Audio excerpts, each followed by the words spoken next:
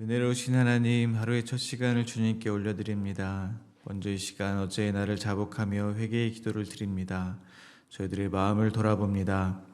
저의 마음은 선한 것이 없습니다. 저희 안에 좌정하여 주시옵소서. 저의 마음을 정결케 하사 깨끗하게 비워주시고 예수 그리스도로 가득 채워주시옵소서. 오늘 말씀을 듣고 전할 때 성령 하나님의 인도하심을 구합니다. 모든 말씀이 성령 하나님이 주신 말씀만 하게 하여 주시옵소서. 예수 그리스도의 이름으로 기도하오며, 하늘에 계신 아버지, 오늘 제가 주님의 임재 안에서 살고 주님을 더욱더 기쁘시게 하기를 기도합니다. 주 예수님, 오늘 제가 저의 십자가를 지고 주님을 따르기를 기도합니다. 성령님, 오늘 성령님이 저를 충만하게 채워주시고 성령의 열매, 사랑과 희락과 화평과 오래 참음과 자비와 양성과 충성과 온유와 절제가 제 삶 속에서 익어갈 수 있도록 해 주시기를 기도합니다. 아멘. 오늘 12시에 베델에서 수요 아바드 예배가 있습니다. 함께 주님을 예배하는 시간이 되시기를 바랍니다. 말씀을 나누겠습니다. 오늘 저희들에게 주신 하나님의 말씀은 스바냐 3장 1절에서 8절까지의 말씀입니다. 저 여러분이 한 절씩 교독하겠습니다. 패역하고 더러운 곳 포악한 그 성읍이 화 있을진저, 그가 명령을 듣지 아니하며 교훈을 받지 아니하며 여호와를 의뢰하지 아니하며 자기 하나님에게 가까이 나아가지 아니하였도다. 그 가운데의 방백들은 부르짖는 사자요, 그의 재판장들은 이튿날까지 남겨두는 것이 없는 저녁일이요, 그의 선지자들은 경솔하고 간사한 사람들이요 그의 제사장들은 성소를 더럽히고 율법을 범하였도다. 그 가운데에 계시는 여호와는 의로우사 불의를 행하지 아니하시고 아침마다 빠짐없이 자기 공의를 비추시거늘 불의한 자는 수치를 알지 못하는도다. 내가 여러 나라를 끊어버렸으므로 그들의 망대가 파괴되었고 내가 그들의 거리를 비게 하여 지나는 자가 없게 하였으므로 그들의 모든 성읍이 황폐하며 사람이 없으며 거주할 자가 없게 되었느니라. 내가 이르기를 너는 오직 나를 경외하고 교훈을 받으라. 그리하면 내가 형벌을 내리기로 정하기는 하였지만 너희 거처가 끊어지지 아니하리라 하였으나 그들이 부지런히 그들의 모든 행위를 더럽게 하였느니라. 나 여호와가 말하노라. 그러므로 내가 일어날 벌할 때까지 너희는 나를 기다리라. 내가 뜻을 정하고 나의 분노와 모든 진노를 쏟으려고 여러 나라를 소집하며 왕국들을 모으리라. 온 땅이 나의 질투의 불에 소멸되리라. 아멘. 스바냐 선지자는 여호와의 큰 날이 오면 유다와 예루살렘뿐 아니라 예루살렘의 동서남북에 위치한 강대국들 블레셋, 모압, 암몬, 구스, 아수르 등에 대해서도 하나님의 심판이 임하게 될 것을 예언했습니다. 이로 인해 저희는 하나님께서 이스라엘만의 하나님이 아니시고 온 세상의 주인이시라는 사실을 깨닫게 되었습니다. 오늘 본문은 다시 예루살렘 성읍을 향한 스바냐의 예언입니다. 오늘 본문은 두 문맥으로 나누어서 묵상하도록 하겠습니다. 첫 번째 문맥은 1절부터 4절입니다. 예루살렘과 지도자들의 타락한 모습에 대해서 경고하고 있습니다. 두 번째 문맥은 5절부터 8절입니다. 예루살렘과 지도자들의 타락에도 불구하고 하나님은 그들에게 하나님을 경외하고 교훈을 받으라고 말씀하고 계십니다. 그러나 끝까지 돌아오지 않는 그들을 향해 여호와께서 여호와의 질투의 불이 온 땅을 다 태울 것이라고 경고하십니다. 먼저 1절과 2절입니다. 패역하고 더러운 곳 포악한 그 성읍이 화 있을진저, 그가 명령을 듣지 아니하고 교훈을 받지 아니하고 여호와를 의뢰하지 아니하며 자기 하나님에게 가까이 나아가지 아니하였도다. 스바냐 선지자는 이방 나라들에 대해서 경고를 하고 다시 예루살렘에 대한 경고를 하고 있습니다. 예루살렘은 성전이 있는 곳이었습니다. 그러니까 예배를 드리던 곳이었습니다. 즉 하나님의 임재가 있던 곳이었다는 것입니다. 그 말은 이 세상에서 가장 거룩한 곳이었다는 것이었습니다. 거룩하다는 것은 구별된 것입니다. 그런데 그곳이 패역하고 더러운 곳이 되었다는 것입니다.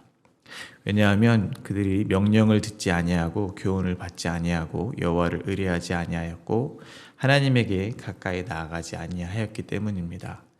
스바냐 선지자는 예루살렘의 패역함을 3절과 4절에서 좀 더 자세하게 고발합니다. 3절과 4절입니다. 그 가운데에 방백들은 부르짖는 사자요, 그의 재판장들은 이튿날까지 남겨두는 것이 없는 저녁이리요, 그의 선지자들은 경솔하고 간사한 사람들이요, 그의 제사장들은 성소를 더럽히고 율법을 범하였도다. 좋은 공동체의 관료들과 재판장들은 약한 사람들을 보호하는 데 그 목적이 있을 것입니다. 그러나 부패한 공동체의 관료들과 재판장들은 강한 사람들을 위해서 정책을 펴고 재판을 하게 되어 있다는 것입니다. 그들이 얻게 되는 이익을 극대화하기 위해서 약한 사람을 착취하는데 힘 있는 사람들이 암묵적으로 서로 의견을 같이 하기 때문입니다. 또한 선지자들이 경솔하고 간사하다는 것은 그들이 거짓 평안을 빌어주었기 때문일 것입니다. 그들은 여호와의 날이 온다 경고하고 회개하기를 선포했었어야 했습니다. 그러나 종교가 부패할 때면 그 사회의 종교는 죄를 경고하지 않습니다. 그들이 듣기 좋은 말들을 했을 것입니다. 지금 잘 먹고 잘 살고 있으니 하나님이 복이 임한 것입니다 등의 말로 그들을 안심시키고 그들은 그러한 말을 해주는 선지자들의 배를 불려주었을 것입니다. 제사장들 역시 자기들의 이익을 위해서 율법에 맞지 않는 재물들을 받아주었을 것입니다. 모두 자기의 배를 위해서 살았다는 것입니다. 마찬가지로 저희들도 저희들의 신앙을 돌아보기를 원합니다. 성경은 저희를 가리켜 또한 성전이라고 합니다. 주님이 저희와 함께 하시기 때문일 것입니다. 그리고 또한 저희를 제사장이라고 합니다.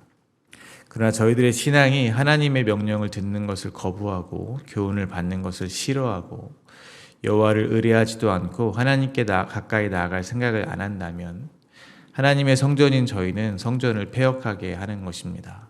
그리고 저희 신앙이 저희 배를 위해서 존재한다면 저희는 성소를 더럽히고 있는 것이라는 것입니다. 그러나 이렇게 말씀을 통해서 저희가 패역한 죄인으로 드러나게 되는 것은 오히려 저희에게 새로운 소망을 준다고 생각합니다. 왜냐하면 저희로 하여금 죄인을 부르러 오신 예수님께 나아가게 하기 때문입니다. 만약 저희가 오늘 본문의 말씀을 읽고 자기의 죄를 깨닫지 못하고 저 이스라엘 백성들은 왜 저런 죄를 지었을까? 나는 아직 그런 죄를 안 졌으니까 다행이다. 앞으로 정말 하나님의 명령을 잘 듣고 교훈을 잘 따르고 여호와를 의뢰하고 하나님께 가까이 나가겠어. 즉 율법을 정말 잘 지켜서 하나님을 기쁘게 해드려야지라고만 생각을 하고 자기의 의로 하나님을 기쁘게 해드리고자 다짐을 한다면 그것은 바리새인들과 같은 생각을 하는 것이라고 생각합니다. 예수님께서는 바리새인에게 말씀하셨습니다. 오늘 본문 1절과 같이 화 있을진저라고 말입니다. 마태복음 23장 8절에서 13절입니다. 그러나 너희는 랍비라 칭함을 받지 말라. 너희 선생은 하나요. 너희는 다 형제니라. 땅에 있는 자를 아버지라 하지 말라. 너희 아버지는 한 분이시니 곧 하늘에 계신 이시라.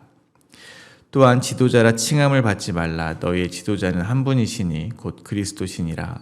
너희 중에 큰 자는 너희를 섬기는 자가 되어야 하리라. 누구든지 자기를 높이는 자는 낮아지고 누구든지 자기를 낮추는 자는 높아지리라.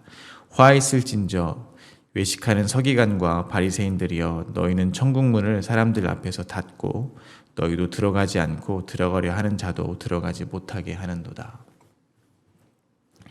그러므로 저희는 오늘 저희에게 주어진 말씀을 통해서 저희가 패역하고 포악한 성읍임을 반드시 깨닫게 되기를 바랍니다. 저희가 부패한 관료이며 재판관이며 선지자요 제사장임을 깨닫게 되시기를 바랍니다. 즉 저희는 지금 당장 진멸을 당해도 할 말 없는 죄인이란 사실을 깨닫게 되기를 바랍니다. 자기 스스로의 힘과 노력으로는 하나님 앞에 나아갈 만큼 정결해질 가능성이 전혀 없다는 사실을 인정하게 되기를 바랍니다. 사실 그렇지 않습니까?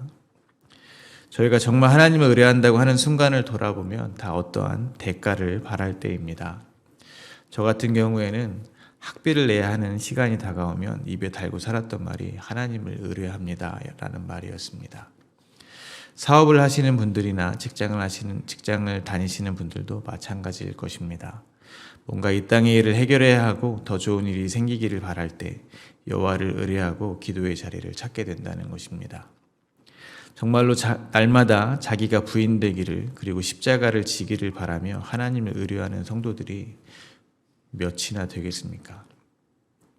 뒤집어 말하면 지금 견딜 수 없는 상황 가운데 처했을 때 그곳에서 한 사람의 성도로서 하나님의 주되심을 온전히 인정하게 해달라고 여호와를 의뢰하는 성도가 얼마나 되겠냐는 것입니다. 계속해서 말씀드리지만 저희는 결국 또 저희를 위한 기도를 할 뿐입니다.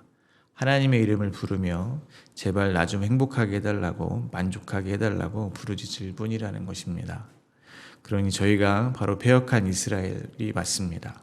진멸당해도 마땅한 죄인 중에 괴수라는 것입니다. 그러나 저는 이것이 저희가 말씀을 통해 저희가 받아야 하는 진짜 교훈이라고 생각합니다. 그래야 저희는 진심으로 여호와를 의뢰하게 될 것입니다. 하나님의 긍휼이 베풀어 주시지 않는다면 저희는 구원을 받을 아무런 소망이 없다는 사실을 깨닫는 것, 그래서 하나님께 간절히 나아가는 것, 이것이 진정으로 말씀을 통해 교훈을 깨닫는 것이며 여호와의 명령에 제대로 반응한 것이라고 생각합니다. 바리새인과 같이 율법을 지켜 자기를 높이지 않게 되기를 소망합니다. 그리고 저희가 그렇게 저희의 죄를 깨닫게 된다면 저희는 당연히 저희가 원하는 겸손한 삶을 살게 될 것이라고 저는 믿습니다. 이스라엘 민족은 하나님을 따르지 않았지만 하나님은 여전히 신실하셨습니다. 5절입니다. 그 가운데에 계시는 여호와는 의로우사 불의를 행하지 아니하시고 아침마다 빠짐없이 자기의 공의를 비추시거늘 불의한 자는 수치를 알지 못하는도다. 지금 하나님께서 어디에 계시다고 하고 있습니까? 여전히 그들 가운데 계시다고 하는 것입니다. 저는 이 말이 참 좋습니다. 저도 그랬지만 신앙생활을 하는 성도님들이 생각보다 쉽게 하는 말이 있습니다. 그 말은 하나님이 여기 안 계시는 것 같다라고 말하는 것입니다. 하나님이 나와 함께 계시지 않는 것 같아 라고 말하는 것입니다. 그렇게 이야기하는 기준은 대부분 자기 자신입니다. 즉 자신의 기준에 그 상황이 부합하지 않으면 그렇게 이야기를 한다는 것입니다. 그러나 주님은 저희와 함께 계신다는 것입니다.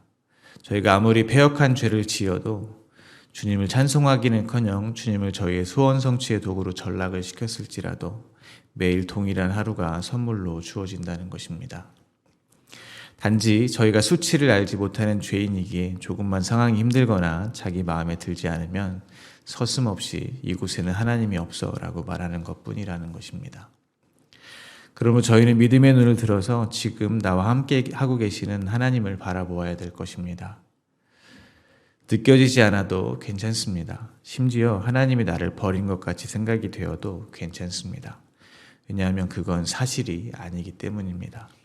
진실은 하나님께서 저희와 세상 끝날까지 함께 하신다는 것입니다. 날마다 공의를 저에게 비추고 계시다는 것입니다. 저희는 성실하지 않지만 하나님은 항상 성실하십니다. 요한복음 1장 14절입니다. 말씀이 육신이 되어 우리 가운데 거하심에 우리가 그의 영광을 보니 아버지 독생자의 영광이요 은혜와 진리가 충만하더라. 말씀이 육신이 되어 우리 가운데 거하심에에서 거하시다는 말은 장막을 치다라는 뜻입니다. 이 말은 잠시 잠깐 거하시는 거처로 삼는 게 아니라 완전히 정착한다는 의미입니다. 저희의 삶이 지금 마치 하나님과 아무 상관이 없는 삶처럼 보일 수 있습니다. 그러나 저희의 삶은 지금 하나님께서 거하시는 것이며 아버지 독생자의 영광이요 은혜와 진리가 충만한 상태라는 것을 잊으시면 안 된다고 생각합니다. 이것이 저희가 붙잡아야 하는 진실임을 잊지 마시기 바랍니다. 이어서 오늘 본문 6절과 7절입니다. 내가 여러 나라를 끊어버렸으므로 그들의 망대가 파괴되었고 내가 그들의 거리를 비게 하여 지나는 자가 없게 하였으므로 그들의 모든 성읍이 황폐하며 사람이 없으며 거주할 자가 없게 되었느니라. 내가 이르기를 너는 오직 나를 경외하고 교훈을 받으라. 그리하면 내가 형벌을 내리기로 정하기는 하였지만 너의 거처가 끊어지지 아니하리라 하였으나 그들이 부지런히 그들의 모든 행위를 더럽게 하였느니라. 하나님께서는 지금 자신이 여러 나라를 끊어버릴 수 있는 주권자이심을 말씀하고 계시는 것입니다. 예루살렘의 죄악을 한마디로 말하면 우상 숭배입니다. 6절을 통해 이스라엘 백성들을 향한 하나님의 마음을 느낄 수 있는 것 같습니다. 하나님께서는 지금 이스라엘 백성들에게 다음과 같이 말씀하시는 것입니다. 내가 진짜 신이야. 너희가 지금 섬기고 있는 신은 아무것도 아니란다. 너희가 지금 보암직도에서 마음을 온통 빼앗긴 강대한 나라들의 풍요와 번영은 내가 한순간에 쓸어버릴 수 있는 안개와 같은 것이다. 라고 말씀하시고 계시는 것입니다. 그러니까 돌아와서 오직 나를 경외하고 나의 가르침을 받아라. 라고 안타까운 마음으로 계속해서 경고를 하고 계시는 것입니다. 마찬가지로 저희가 보암직도한 세상의 풍요와 번영을 얻기 위해서 하나님마저 황금 송아지처럼 만들어 버릴지라도 주님은 저희를 포기하지 않으신다는 것입니다. 저희의 죄악을 드러내시고 저희가 힘이라고 믿었던 것들을 하루아침에 아무 소용없는 것으로 만들기도 하신다는 것입니다. 예를 들면 재벌이나 모든 것을 다 가진 것 같은 유명 연예인들이 하루아침에 죽음을 맞이하는 소식을 듣기도 합니다. 또는 저희가 그렇게 갖고 싶어 했던 것들이 하루아침에 종이 쪼가리가 되기도 하고 건강을 하루아침에 잃기도 합니다. 저희는 그러한 것을 고난이라 부르겠지만 하나님의 입장에서는 하나님의 열심이라 부를 수 있을 것입니다. 하나님의 입장에서는 저희같이 진멸당해도 마땅한 죄인들은 그냥 쓸어버리면 그만입니다. 뭐하러 경고를 하시겠습니까? 그런데 주님은 그렇게 하지 않으시고 계속 경고를 하고 계시다는 것입니다. 주변의 나라들을 모조리 쓸어버리는 한이 있어도 이스라엘의 남은 자들을 돌아오게 하신다는 것입니다. 조금 과장해서 말을 하면 주님은 저희 한 사람을 오직 여호와만 경외하는 자로 이끄시기 위해서라면 이 지구를 헌신짝 버리듯이 버릴 수도 있는 분이시라는 것입니다. 예를 들면 지금 지구 반대편에서 들려오는 전쟁과 자연재해 소식이 있습니다. 그러한 소식마저도 저희는 저희의 죄로 인해서 하나님이 보내시는 경고의 메시지로 들을 수 있다는 것입니다. 전쟁과 기근의 소식을 하나님께서는 저희가 하나님만을 경외하고 하나님의 교훈을 받는 자로 돌이키기 위해서 세상의 힘으로 돌아가 있는 저희의 시선을 주님께 돌리기 위한 경고의 메시지로 저희는 생각할 수 있다는 것입니다. 이를 뒤집어 말하면 저희들의 죄로 인해서 전쟁과 기근이 일어나고 있다는 사실입니다. 그렇게 저희를 회복시키기 위한 하나님의 열심은 결국엔 저희가 진짜를 구별해내게 할 것입니다. 그러므로 저희를 교훈하기 위해서 허락하시는 저희 삶에 일어나는 모든 일들을 통해서 저희는 좌절하지 말고 하나님의 열심을 발견해야 될 것입니다. 주님을 찬송해야 될 것입니다. 그러나 안타깝게도 오늘 본문 속 이스라엘 백성들은 하나님을 경외하지 않고 부지런히 그들의 모든 행위를 더럽게 했다고 기록이 되어 있습니다. 저희도 하나님의 사랑에 대해서 날마다 성경 말씀을 듣고 또 듣지만 여전히 저희는 모든 행위를 더럽게 하고 있음을 고백하지 않을 수가 없습니다.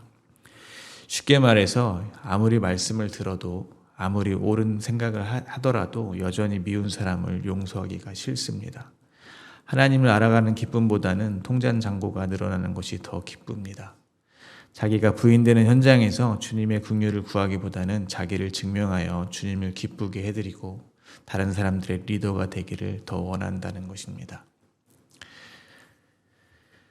이에 하나님께서는 다음과 같이 말씀하십니다. 8절입니다. 나 여호와가 말하노라. 그러므로 내가 일어나 벌할 때까지 너희는 나를 기다리라. 내가 뜻을 정하고 나의 분노와 모든 진노를 쏟으려고 여러 나라를 소집하여 왕국들을 모으리라. 온 땅이 나의 질투의 불에 소멸되리라. 하나님께서 마치 최후의 통첩을 보내듯이 말씀하십니다. 도저히 안 되겠다. 너희는 내가 기회를 줬음에도 나를 무시하는구나. 다 태워버리겠다 라고 말씀하시는 것입니다. 저희는 하나님을 마음을 다하고 뜻을 다하여 사랑해야 합니다. 그런데 저희는 하나님보다 사랑하는 것이 너무도 많습니다. 돈도 사랑하고 자녀도 사랑하고 내 꿈도 사랑하고 하다못해 내 취미생활 같은 것에도 하나님은 그 순서가 밀릴 때가 많다는 것입니다. 단순한 예를 들면 예전에는 저와 같은 성도들이 주일 예배 시간에 자신의 삶을 맞추었다면 요즘은 자신의 삶에 예배 시간을 맞춥니다. 예전에는 예배 시간에 참석하기 위해서 자신의 생활을 조절했다면 요즘은 자기의 생활 패턴에 오전에 교회를 갈지 오후에 교회를 갈지 저녁에 갈지를 정한다는 것입니다. 그마저도 움직이기가 싫으면 요즘은 인터넷을 켜면 그만입니다. 그리고 요즘 예배 자체도 많은 부분 자기 자신이 받는 유익에 초점이 맞추어져 있습니다. 마치 아주 교훈적인 인문학 강의에 참여하는 정도의 느낌이 된 경우가 아주 많이 있다는 것입니다. 하나님 앞에 나아간다는 의식이 많이 없어졌다는 것입니다. 이러한 모습은 저희 중심에 하나님이 아니라 저희 자신이 자리 잡고 있다는 것을 반증하는 것입니다. 그러므로 저희는 오늘 본문 8절에 나오는 하나님의 분노와 진노를 기다려야 마땅합니다. 온 땅을 소멸해 버리시는 질투의 불이 쏟아져도 아무 할 말이 없는 죄인이라는 것입니다. 그런데 이미 잘 아시다시피 저희가 받아야 하는 이 분노와 진노를 십자가에서 예수 그리스도께서 대신 받으신 것입니다. 갈라디아서 3장 13절입니다. 그리스도께서 우리를 위하여 저주를 받은 바 되사 율법의 저주에서 우리를 속량하셨으니 기록된 바 나무에 달린 자마다 저주 아래에 있는 자라 하였음이니라. 그러므로 저희가 해야 하는 일은 두려움이 아니라 회개이며 감사와 찬송임을 잊지 마시기를 바랍니다. 말씀을 맺겠습니다. 오늘도 하나님의 열심은 저희를 고발할 것입니다. 저희가 얼마나 자신만을 사랑하고 하나님을 사랑하지 않는지 드러내실 것입니다. 때로는 말씀으로 깨닫게 하시고 때로는 관계의 어려움으로 깨닫게 하시고 때로는 재정의 어려움으로 건강의 어려움으로 깨닫게 하실 것입니다. 그때마다 바리새인과 같이 율법을 지켜 하나님께 인정을 받으려 하기 이전에 내가 죄인 중에 괴수임을 고백하고 내가 받아야 하는 진노를 대신 받으신 예수 그리스도의 십자가 사랑에 무너지시기를 바랍니다. 어떻게 나 같은 죄를 위해서 독생자를 십자가에 못 박아 죽이셨습니까? 하며 하나님의 그 사랑에 무너지시기를 바랍니다. 그때 비로소 저희는 이웃을 내 몸과 같이 사랑할 수 있을 것입니다. 오늘도 하나님을 마음을 다해 사랑하고 이웃을 내 몸과 같이 사랑하는 하루가 되시기를 간절히 소망합니다.